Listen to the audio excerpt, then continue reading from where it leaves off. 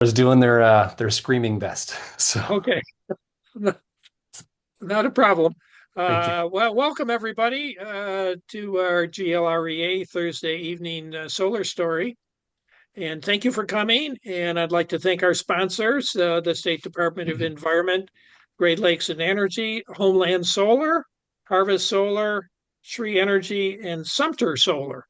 And let's see, we got Kipp Teamey here tonight from Ann Arbor, and he was a Solarize host. He's going to share his solar story tonight with us, which includes his experience with batteries and using it to do some arbitrage and, kind of maybe use some of his solar power at night. But he's going to kind of tell us his story. So, with that, everybody please mute yourself until Kip is done. And then we'll have I'm sure, plenty of time for Q&A. Go ahead, Kip. John, thank you so much. I was really fortunate that a neighbor reached out to me to join the Solarize project. So I kind of got in with a group of folks, neighbors and other folks in the Ann Arbor area, which of course I think a lot of you guys know there are great local rebates as when joining part of these things, some good incentive programs. So that was number one. And then number two, being, we are hoping just long term being able to, save some money and do a little bit of good while we're doing it.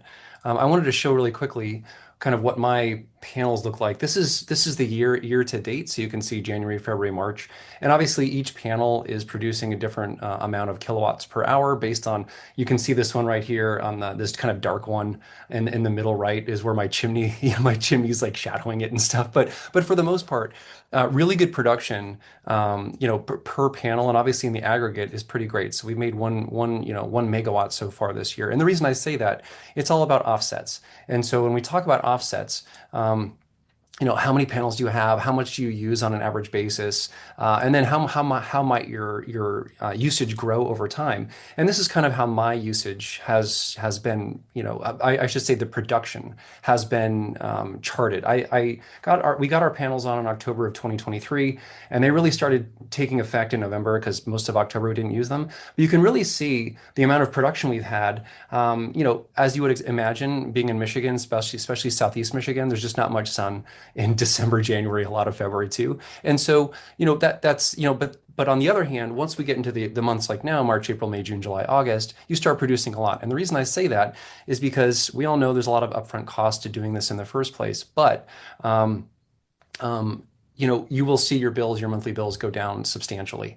And even without the battery, which I'll talk about in a minute, I saw that. And one example is my average bill was about somewhere in the 180 range, 160 to 180 range. And now my average bill is probably in like the $60 range. And it's actually with the batteries gotten even better, but I can talk about a little bit about that too. So you can kind of see the production as there's more sun during the year. Obviously, we produce more. And you'll also notice in 2025, these green lines, in May, it actually was kind of funny. In May, we exceeded our production in 2024, and actually May was a cloudier month. And the reason is because I went through all my averages and I said, you know what? We have a little bit of space on my rooftop.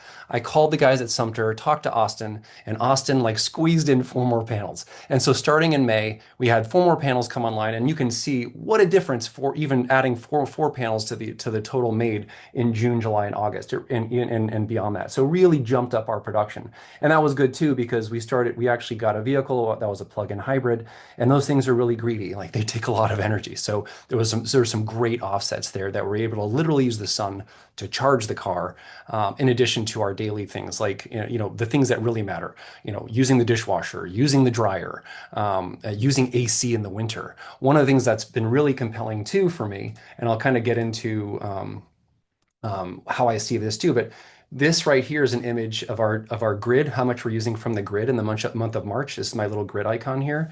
And you can see that, we took 399 kilowatts from the grid, and we also gave back with solar 101. So that's just the month of March. And so once you get into what, John mentioned a little bit earlier before, that arbitrage piece, so you're taking from the grid, but you're also giving back to the grid. One of the difficulties there is every state is a little bit different. Every state has different laws. It's like 50 different ways to do this, right? So, for example, my brother has panels in Massachusetts, and it's much closer to a one-to-one trade-off. But that's not how DTE works. I'm on. I don't know if you guys are on the. I'm on the 11 to 7 plan, so my peak hours are 11 a.m. to 7 p.m. And so those it's about 24 kilowatts, 24 cents per kilowatt that we pay for that if you're on that peak plan, and it's about 14 cents per kilowatt off peak. But the state of Michigan, DTE in particular, purchases back those kilowatts at about 8 cents, 8 or 9 cents per kilowatt. So it's not a one to one, or it's not even a two to one, really.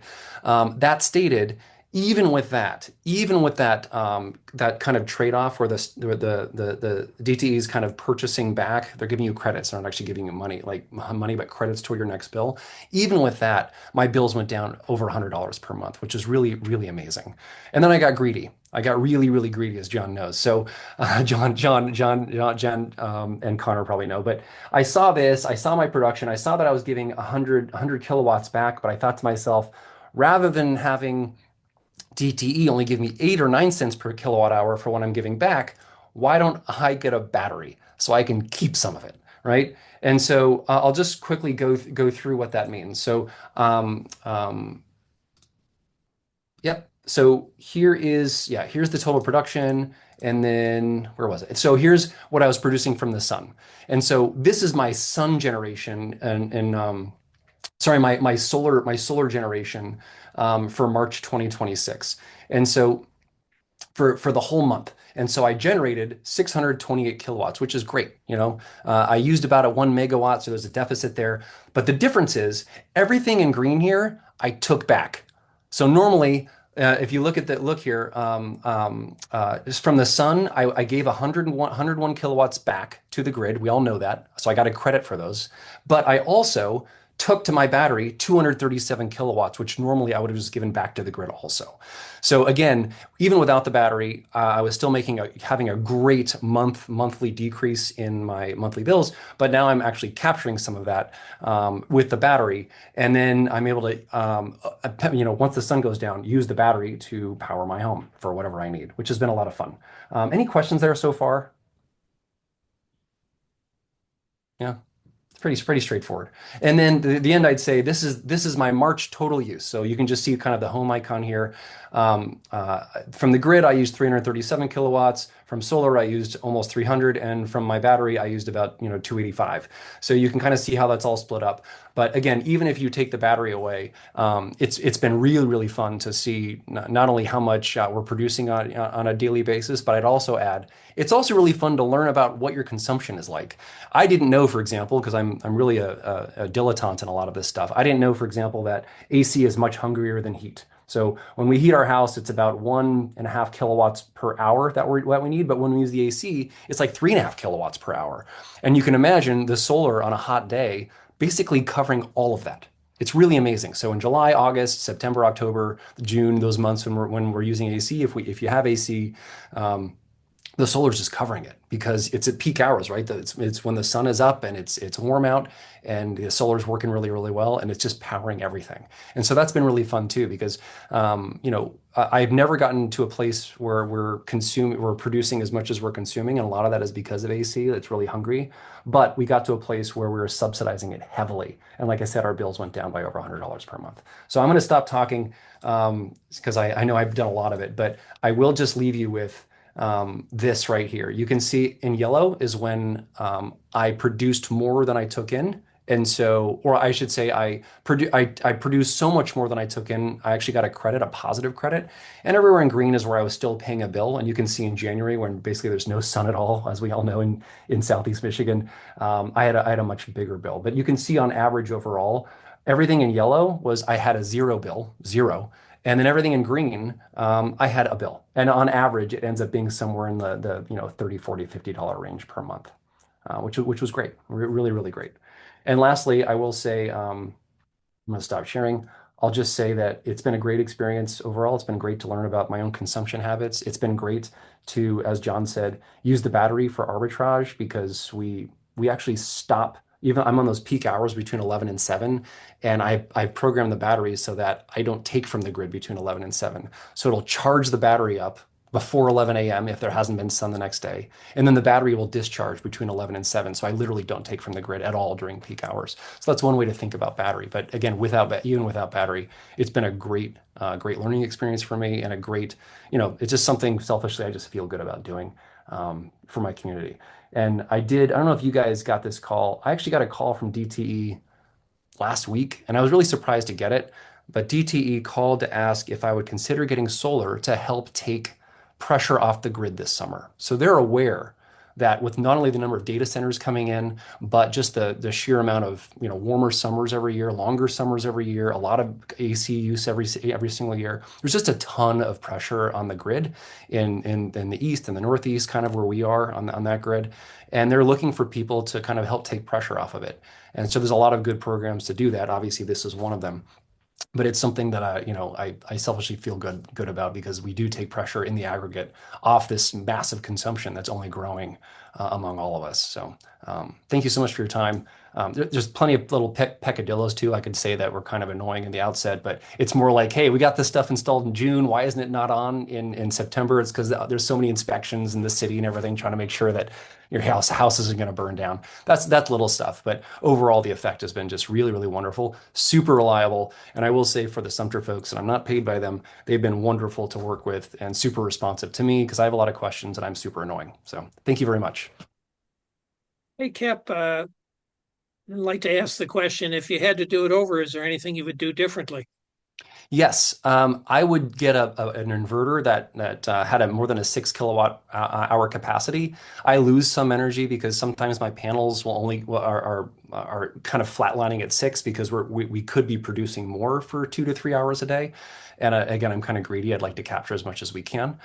So I would get a bigger inverter. I would even consider microinverters rather than just one big inverter on the panels. For those of you who don't know, panels can be all kind of like a one system where you have an inverter that converts the sun power to energy, but that has a maximum based on the number of panels you have and based on the kind of inverter. So I can't produce more than 6 kilowatts at any given time, no matter how much sun there is. And generally, it's under 6, so it's fine. But there are definitely sunny days when for 2 or 3 hours I could get a lot more. So just greedily, I would probably do that. I would also, you know. I would also probably have gotten more panels at the outset, just filled as many as possible because adding them later is, it's just more expensive. You have to have people come out and kind of take measurements and do all those things that people do, that experts do to put them on there. But I would have covered more at the outset. And I thought we were good enough, but I didn't understand what my consumption habits were before and after. But that's the most of it. Thanks for that question. Yeah, go ahead, Michael. Yeah, I'd like to know how many panels do you have now total? How many Yeah. batteries do you have? Yeah. And what do you do for heat in the winter? What do I do for what in the winter? Heat. Oh, yeah. I burn all my old leaves. We have 21 panels. We used to have 17, so you can count them here. I know this is a little bit small. Maybe I can make this larger. But we have 21 panels, and we used to have 17. And like I said, we added 4 more last May. That was your first question, right? How many panels? Right. Yeah. And so that for us, we produce somewhere between 6 megawatts to 6 to 8 megawatts per year, depending on how much sun there is. It's more like seven-ish. So that was your first question. What was your second? Your third question was, what do you do for heat? What was your second question again? How many batteries? Oh, we have one battery. So I really went back and forth on this. I didn't intend to get a battery, but the subsidies were going away, the federal subsidies. Granted, A20, if you're in Ann Arbor, is also a great rebate, like great rebate. I got a check in the mail from A20 like right away after I signed up for it, after we got our battery installed. I have one battery. It's a 13 and a half kilowatt, but this is where we get a little bit technical. I didn't want an NCM battery, which is nickel, cobalt, manganese. I didn't want that. I didn't want it in my house or near my house. The odds of something going wrong with an NCM battery is very, very low, but the entire industry is switching over to what we call LFP, lithium iron phosphate. The entire industry is. And so I just didn't want a battery that doesn't last as long, that is kind of more combustible, frankly, like lithium batteries. That's why, a long time ago, we couldn't have them on airplanes because they would just every once in a while like combust. And thirdly, I just didn't want to be sapped with something that was kind of harder to upgrade. And so I went with a Tesla Powerwall 3 LFP, lithium iron phosphate. It's 13.5 kilowatts. Um, and I love it. There's other companies out there like Luna has a 20 kilowatt battery. I think, shoot, what's it called? The company with all the little microinverters. I forgot. Enervate or something. I'm blanking, but there's some different battery N-phase. out. Sorry. N-phase. Enphase. Thank you. Thank you so much. Enervate is definitely not it. Enphase. So I think the best two out there right now are the Powerwall 3 and the Luna. I think it's called Luna. But the Luna one was minimum was like 20 kilowatt capacity, and it was like much more expensive. So I went with the Tesla Powerwall 3 that's 13 and a half, which is enough for us nighttime. And by the time we hit morning, it's ready to start charging from the sun again. Does that answer your question? Yes. What about the heat?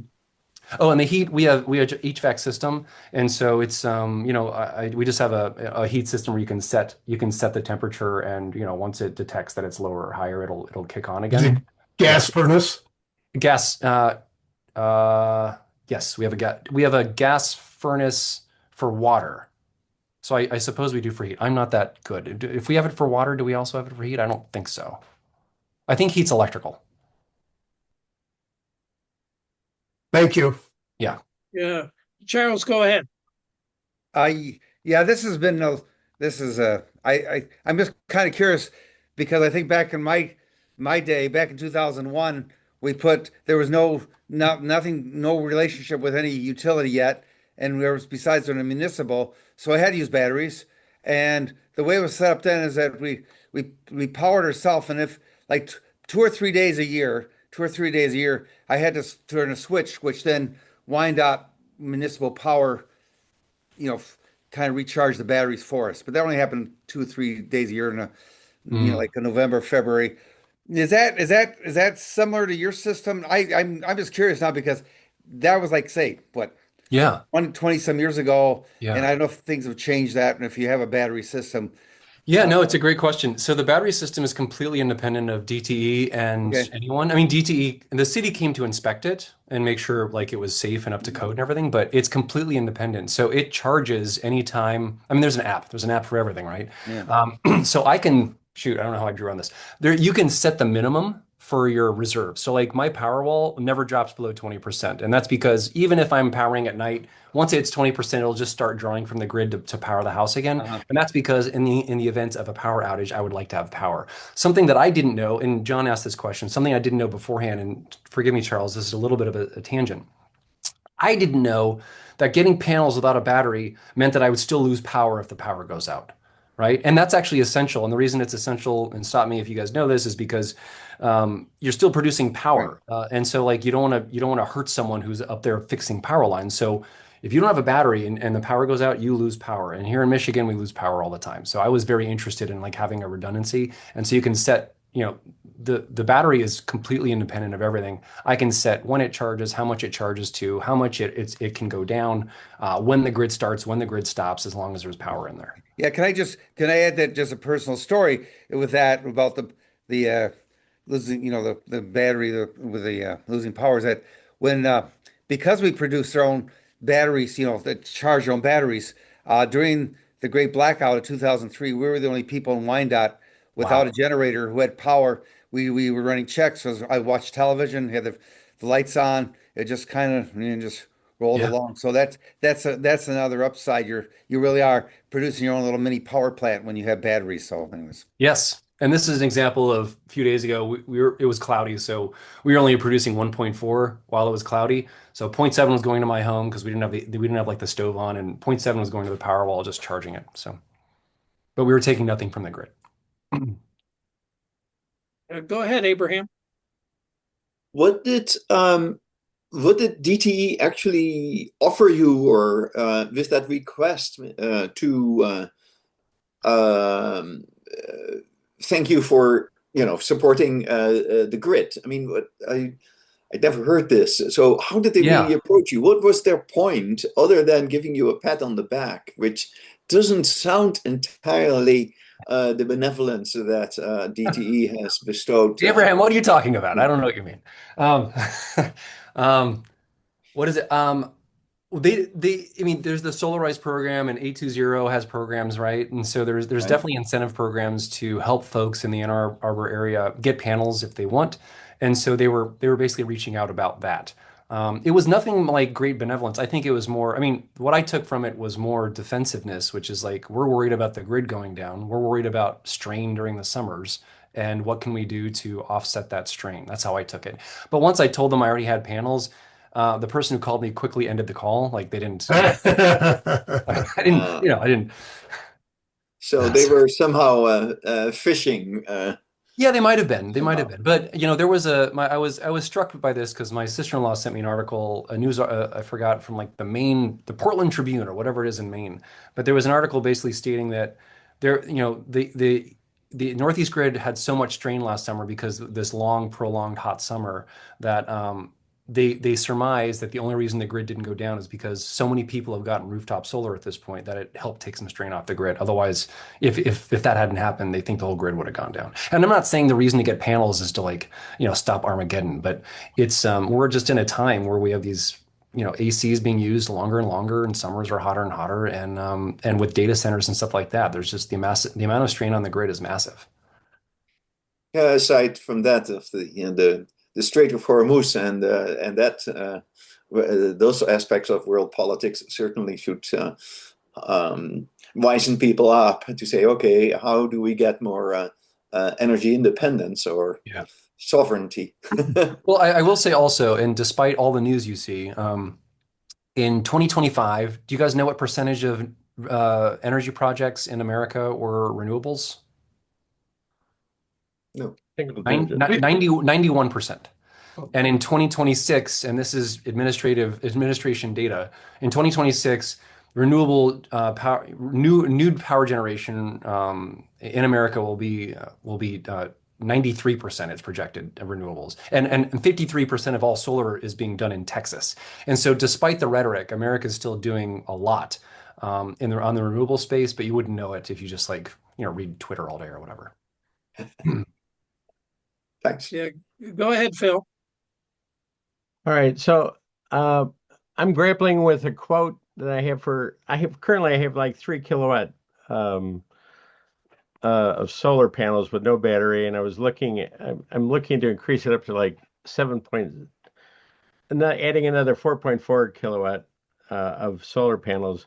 But I was looking at a battery, and I was trying to figure out what it would take for me to use all the solar I would be generating, plus have 2 days of backup for a power outage. And the payback analysis I ran basically said uh, I would never recoup the cost of the batteries. In other words, in the 10 to 15 year lifespan of the batteries, house batteries, I would never get my return on investment uh, before the batteries needed to be replaced. And Mm. so then I was considering the idea of having an EV that I could use as a backup generator instead of putting 10 to 20 kilowatt hours of batteries on my house. Just have an EV that's bidirectional, and then I didn't have to so much be concerned about payback of batteries because I would be driving the vehicle whenever I needed a vehicle, I would be using the battery all the time. So I was wondering, have you done any payback analysis on what it would take to have that kind of, an EV versus home battery uh, for storage, if you follow my question? I do. I have not done that. I know that EVs can do that, and I don't know what kind of regulations are overseeing that. I don't think, for example, you can just plug your car into your house, but I'm sure there's some regulations and oversight of that. But I did not do the actual analysis of that. What I have done, and granted, this is not perfect. I hear you. I don't think you'll make the cost of the battery back. I think I got the battery because I live in Michigan and the power goes out all the time. That was my motivation. And I'd like to keep the food in my fridge, and I have little kids and stuff like that. And if it's really cold or really hot, I just want to be able to like take care of them. That was my biggest motivation. So I hear that absolutely. And secondly, what I have done is, and this is not, it's not terribly scientific. It's basically my own analysis. But what the Powerwall app actually lets you do is, remember I was saying I was doing that arbitrage, right? So I never take from the grid during peak hours, and I only and if it's really cloudy and my battery's like super low, the battery's smart. So it's like, oh, it's going to be a cloudy day. I should charge myself before 11 a.m. So Kipp's house has enough power during from 11 to 7. So it has that. But what it also has is an impact. So what I've done is basically use what I could find online, and I plugged into the app like, hey, before 11 a.m. during this season, it costs like 14 cents per kilowatt hour. That's what I pay. And then during peak hours, it costs 22. And then after peak hours, it's back to 14. And if I give it back to the grid, it's about 8 or 9. So I plugged all that in. And then so what Powerwall's done then is like, is again, it's an estimate, but it's basically like, okay, then how much are you kind of saving per day with a battery? Not with the solar, but with the battery. I don't know if you guys can see that. I'm sorry if it's fuzzy, or this is like super ghetto, guys. Sorry. But basically I'm sorry. It's all fuzzy. But what it's doing is like, how much money are we projecting that you're saving per day? And it's anywhere from like $2 to like $7 every day. So like, on average, if I just going to draw a line in the middle, it's probably like $4 or $5 a day, every single day. And so that's based on the arbitrage difference, not like just solar. And so, you do the math, $4 or $5 a day times 365 times 10 years or whatever, you get a number. And it's a decent number, but it's, to your point, it's not an amazing number. So you do definitely get something back. Absolutely. And I'll also say with the rebates, like I got a check in the mail from A20 Ann Arbor for $2,000 after I told them about this. Like they just sent me a check. And so there are rebates still available, even though the federal subsidies aren't there. So everything on top of each other, it's decent. But again, I didn't get the battery to like knowing I would pay it off. I got the battery for redundancy. Hey, Kip, I'm wondering about arbitrage in the winter because you have not you have different rates, right, in the winter than you have in the Yes. summer, and you Yes. have less solar production. So Yes. I'm kind of assuming, but checking with you I mean, arbitrage is basically something you do during the summer, right? And it's not relevant in the winter, I assume. Actually, I really appreciate that point. It is relevant in the winter because even if Okay. I'm drawing from the grid 23 hours a day, what the battery will do is, again, it will charge itself up before 11 a.m. on lower, and basically I'm getting charged less, right? And then it will discharge during high cost hours. And so that means I'm never taking from the grid during high cost hours. So even if I was taking from the grid 24 hours a day, I'm never ever taking from the grid during peak hours. So to that end, if the sun didn't exist at all, even using a battery, you'd still quote unquote save money via arbitrage. But of course, save money is relevant because you're still paying a lot to get it. Does Gotcha. that Yeah. does that make sense? Yeah. Yeah. I just kind of thought in terms of course, the connection to the solar, and I didn't realize you're using the grid to kind of recharge your battery. Yeah, so I'm using the grid to recharge the battery. And actually, I'm not even doing that much. These are smart batteries, smart systems now. So like the battery system knows if it's going to be cloudy and rainy all day. It also knows if it's going to be sunny all day. So if it's close to 11 a.m. and it's projected to be sunny all day, it won't take from the grid because it knows the solar the sun will provide enough to charge it that day. It's pretty cool. Yeah. Go ahead, Lee. Yeah, when you talk about ROI for the battery, you should compare that to the ROI of putting in a generator to cover you when there's an outage. Yeah. Because it might be almost the same price. Did you happen to compare the cost of a generator for backup power compared to what you have now? Yeah, I appreciate that question too, because so many of my neighbors have generators. Like whenever the power is out and I take a walk, it's just, it's like a lawnmower in every house. I didn't. And again, it's not because again, I was motivated more by redundancy than making my money back on the battery. And secondly, I'm just trying to get off gas. I retired from the military after 25 years in September, and we've like invaded 2 countries since then. Like I'm just trying to get off gas. That's kind of it. So I was that was another motivation of mine. Okay, Abraham, you have another question or comment? Yes, I do. Are you doing the power management away from peak hours, you use the Tesla apps management, the automated management that they have. That's included. Do you do anything beyond what the app provides? Um, maybe I double click on that with you a little bit. So I don't do anything beyond what the app provides. It is pretty versatile, but I want to mirror back what you're asking. Do you mean for just management of when I decide what my reserve is going to be versus what? So basically preloading the battery to Oh, avoid peak use or yeah. peak times. Yeah. Do you do that manually at all? Have you been doing it manually, or do I you do rely it. Yeah. entirely on the I do it app? manually sometimes because I'm very interested in it. So I think the app I most open most on my phone is actually the Tesla app now because I just like seeing what the production is and what it's doing. But if I technically wouldn't have to. Once you set all the, price per hour, what your peak rates are and everything, you can just kind of let it go because as I stated, it is a smart system that understands what the weather is versus where the current charge is versus what your reserve setting is. So sometimes I'll go in and change my reserve setting to say like 40% if I just want to kick off the charge. Like I'm like, you know what? I think I know better than the app. I think it's actually going to be cloudier than the app says it is going to be. So instead of a 20% reserve, I'm going to bump it up to 40 and if the battery is already at 20, it'll just start charging from the grid, right?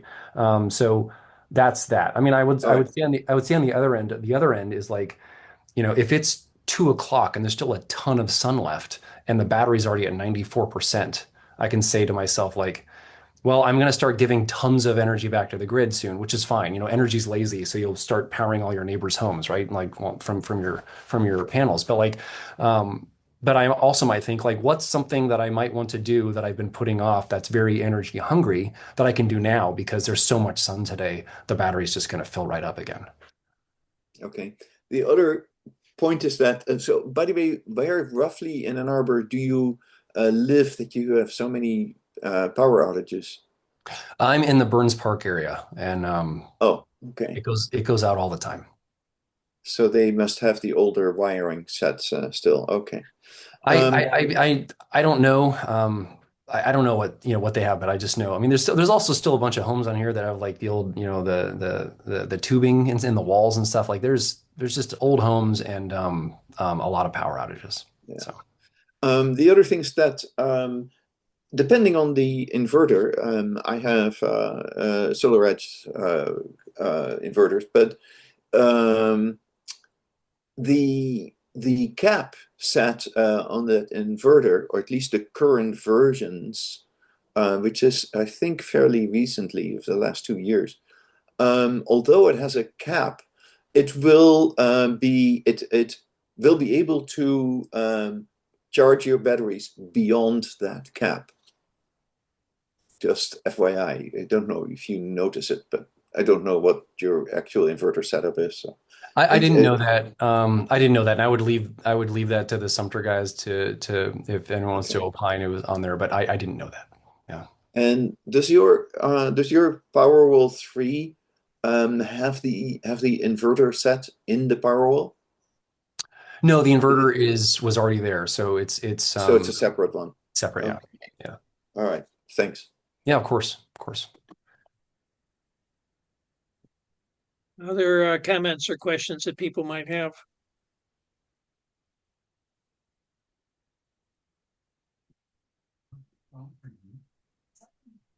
Oh, I'm still sharing. Sorry. Go ahead, Phil. Yeah. So, uh, you said your utility asked you if you would be interested in sharing sharing some of your battery usage or solar panel usage during peak hours. Is that DTE that contact you or a different Oh no, utility? sorry. They didn't ask me about sharing the usage, but they asked me if I would be interested in just getting panels. But I already had panels. Oh, okay. Yeah, But they DTE? asked. I got a call from DTE asking if I'd be interested in getting panels to help take pressure off the grid this summer. That's what the call was about. Oh, okay. Interesting. Yeah. I also thought it was interesting, Phil. Yeah. Yeah. Yeah, Thanks. that's It, actually coming from DT. That's quite surprising. Yes. it But may have a different reason. Perhaps they are considering actually placing or offering for them to put panels on your house, so that I'll sign it up for could that. count towards their mandate, which is the case in some other states. So, for example, in Utah, there's an offer from I forgot the company's name, but anyway, they do that. Oh, cool. Cool. Um, um, uh, And forgive me, John, I do need to run. oh, that's yeah. right. Okay. You also may want to find out how you actually cool or how your heat, what was it? You had your heating and your cooling, whether that is all via your heating, whether that's gas or electric. So I looked this up. My water heater is gas because as a new homeowner, I never owned a home, and so when I replaced it, I didn't know I could do electric because that's what I did. But actually, you guys probably know Ann Arbor has their great heat pump program too, which I've also been looking into, and they're way cheaper than gas water heaters. But my heating and cooling is electric. And so it's definitely electric. And so what's also cool about the battery is when it's cold, the smart batteries now have heaters in them. So it stays pretty darn efficient even when it's like during cold Michigan winters, which is neat. I mean, it takes energy to do that, of course, but it makes the battery still much more efficient over time. But But yeah, it may thank you also for explain part of your electric bill, yes, which I yes, was a for bit sure. puzzled about. Okay, thanks. Hey, Kip, it's okay. We'll take these last two questions and then let you go. Okay, yeah. Yeah, go ahead, Dale. So was the invitation from DTE to install solar panels? That sounds kind of like It wasn't an companies invitation. It trying to wasn't an sell. invitation. It was just like, hey, have you considered this? Again, it was like a cold call. I was actually really surprised to receive it. Okay, it's not. So you're sure that was from DTE or was that from some other installer kind of? I don't know. The woman said DTE, and Oh, but then I said, "Oh, thank you," but I already have panels, and then it okay, all right. ended. Okay, thanks. Phil, go ahead. You get the last question. Yeah, it was kind of an observation. I'm just wondering if the increase in data centers in the Ann Arbor area might have something to do with DTE suddenly having an interest in more solar panels on people's houses to relieve pressure on the grid. So I mean, that was it just could be. right. You guys have probably read this, but data centers are doing a combination of things. Some data centers are actually building their own power plants, almost all powered by natural gas. So, one data center, one power plant, let's say built by Meta, could power like 300,000 homes, but they're just doing it just for their data center. And then other data centers are obviously plugging into the grid. So it just depends on the location and the state and different ways to do it. But a lot of the data centers going up around us are actually building their own self-contained power plants with natural gas. Well, Abraham, do you have a quick one? Well, yeah, just to add to that, the University of Michigan's project with Los Alamos at its max is will take about 10 megawatts per year, Wow. Wow. which is, by the way, a little bit less than I produce with my solar panels per year. Wow. Just I don't know, and it's about 500,000 gallons of water and cooling. And actually, the city of Ypsilanti actually has long been plumbed to provide these numbers to the industrial service site that is in place. So they're actually happy to get customers Yeah. on those sites. Yeah. That's interesting. That's why in China they're building a lot on mountains because it's a lot cooler up there. Well, Kip, hey, thank you very much for telling us your solar story. Of And course. thanks everybody for coming. And, hope to see you in future Thursdays. So let's see, here we go.